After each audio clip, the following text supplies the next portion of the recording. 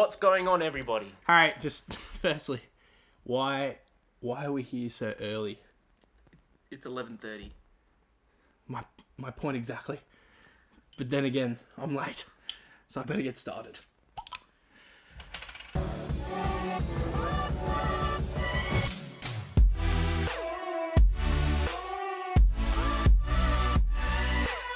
What's going on, everybody? Welcome to episode 2 of the Wayward Show. Today, I'm sure you'll see by the title, we're talking about the most unnecessary, our top 5, our official, I think the official, would you say? The official top 5 unnecessary sequels in light of Terminator Genisys coming out. Seems like a piece of shit. We'll see. We haven't seen it yet. We'll see it tonight. But we'll see. It seems like a piece of shit. But Dulls, why don't you start us off with number 5? Number 5, Harry, is not just a single film, but a whole trilogy. Yeah. Whole trilogy of prequels in this case. It's the Hobbit trilogy. They were a big mess. It's a mess. Absolutely. Like, I'm a big advocate for the first 2 of them. Like, I think they're not bad movies. I don't think they're great movies, but you know, but the third movie just didn't need to be made. It's like that's what we're not saying it's the worst sequels at all. We're saying the most unnecessary. Look, we didn't read the books. We didn't read the books. I read the book. You read the books? Yeah, I did. Okay, well, you didn't read the books. I didn't read the books. I don't read. But you read menus. Everyone who said they read the book said this could have easily been compressed into 2 films. That's my point is. Well, I don't even need to say compressed because it was just they were compressed into 3. Exactly. So these the third one just seemed to just stretched out a lot, and that's why I think it made that list. And it wasn't good. It wasn't. I remember we saw Hobbit 3 together, didn't we? No, I think we did. I don't go outside with you, but yeah, well, regardless, I remember just a lot of whoever was with me were just like that was shit. Yeah, and that's why I made that list. That's why I made the list. So what's number 4, Dulls? Number 4, in light of Terminator Genisys coming out, is again we're just see we've got a list of films here, but they're all like they're all like a group exactly because there's so many. You'll understand. So we're doing we'll say 3 and 4, yeah. So we're saying Terminator 3 and 4, Rise of the Machines, and Salvation. I'd argue Rise of the Machines is still just like a plain action movie, but Salvation hurt my soul. 3 is a little bit better than 4. 4 was a mess. 4... At the time, I enjoyed 4, but then I went and watched them all, like 1 to 3, and then 4 again. I was like, okay, no, 4 is a chore to watch. It's a chore to watch.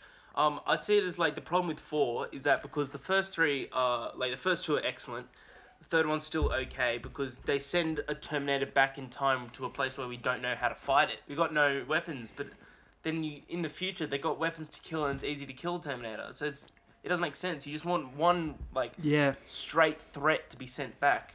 That's what's good about it. Plus, Salvation was just messing with the continuity and the just the whole universe, Terminator universe. And you got to admit, you went to see that movie to see Christian Bale freak out.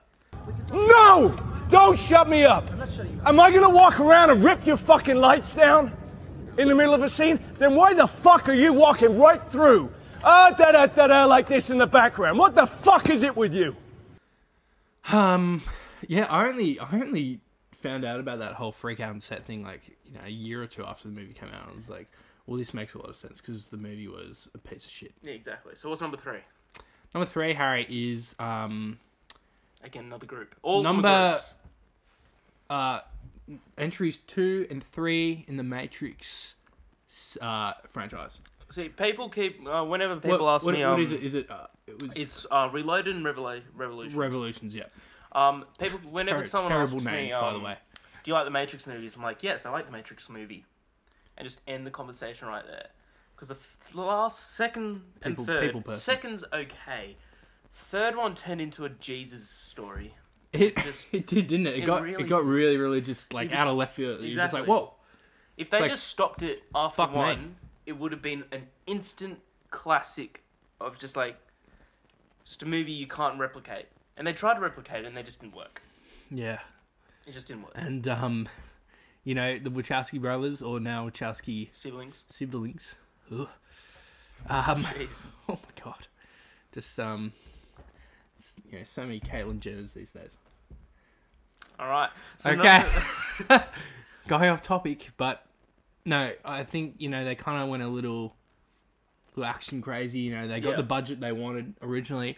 It's like, well, shit. Like let's just like go all out. Let's create this awesome action movie. In Reloaded. Credit to Reloaded though. The car chase scene. Yeah. Pretty the good. One on the highway. Pretty good. They built a highway for that.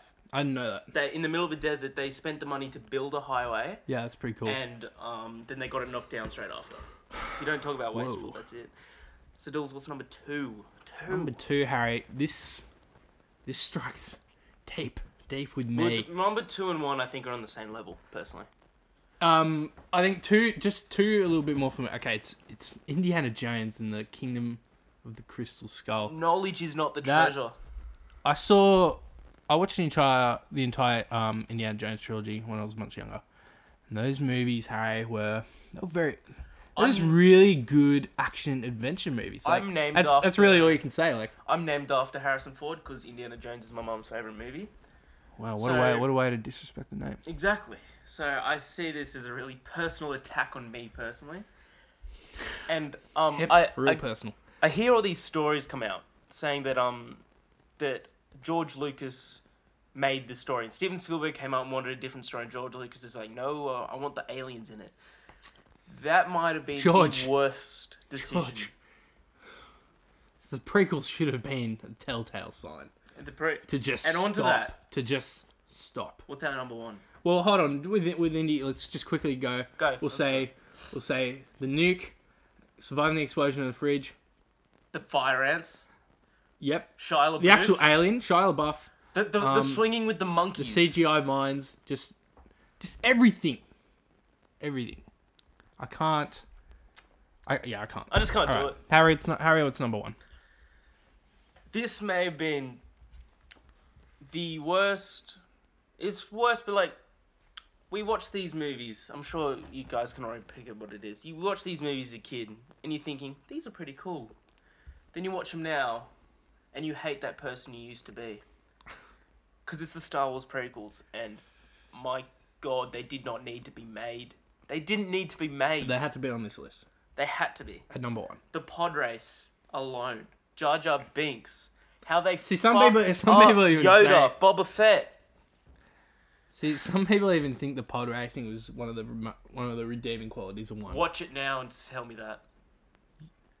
You have no idea what you're talking about. Yeah, exactly. It's so bad. The only redeeming quality of 1, firstly, is the Darth Maul battle. That's pretty. Yeah, absolutely. Like no one can dispute that music to it as well. That's really cool. Yeah, Duel of Fates. Yeah. Or is that Anakin Obi-Wan? I guess. One of them. And then 3. I actually like 3. 3's not. Yeah, I mean, bad there are some shitty moments. 3 is definitely the best of the trilogy. It's easily the best. I mean, easily. Attack of the Clones, I feel, is worse than Phantom Menace. I absolutely agree. Because 100%. Because they fucked up Boba Fett in that movie. They made him a clone. A clone. Who gives a fuck about a clone? Yeah. But look, we give the prequels a lot of shit. But look, they gave us Mace Windu, which they quickly got rid of, and then they gave us. I liked Ewan McGregor as Obi-Wan. I thought he was pretty good. I liked Liam Neeson as Qui-Gon. I did. I didn't like the story. I didn't like how they made such an awesome, like, mysterious sort of story into something about trade. Then they turned something about like the Force, like something that's sort of like a religious sort of thing. You know, when we watched Phantom Menace not too long ago, because I hadn't seen it in a while. Yeah. I know, and like just having matured, I noticed a lot of racial undertones. Did you? Oh, you know what I'm talking about, right? There are some characters in there that are absolutely like at the very racial start of the movie. stereotypes. Oh my God, watch the. Oh my! Like I can't even like. You'll know what I'm talking about if you watch those first few scenes of Phantom Menace. Like that's absolutely. They're true. clearly poking fun at a certain racial stereotype. Exactly. And it's fucked up. And they were just disappointing. Like you watch them now, it's a chore to get through. They are. And then we're talking about a Star Wars movie. And we're gonna have to do it again because of Episode 7 coming out. We have no choice. Yeah, we're just not saying that Episode 7 is gonna be bad because what we've seen now, it looks like JJ. One can argue the Phantom Menace knows what trailer. He's doing. He's just doing it right. One can argue the Phantom Menace trailer had the same promise. That's true. And quickly quickly destroyed that. Yeah. Well, what are your ideas about the unnecessary sequels? Do you have any more? Did we do anything wrong? Is Jar Jar Binks the biggest douchebag of the series? We think so. Please leave your comments below. Like, subscribe, all that shaz. Videos Tuesday, Thursday. All that Shaz? Jazz. Fuck. Okay. Fucking- All that jazz. Videos Tuesday, Thursday. We've got a Wayward podcast coming out every Wednesday. We've got reviews coming out left, right, and centre. Dools is doing reviews. We'll see that in 7 months. Until next time, be happy. You're never going to say it. Be happy. Is that my slogan? Do you want to drink up, mate? You need to play catch up.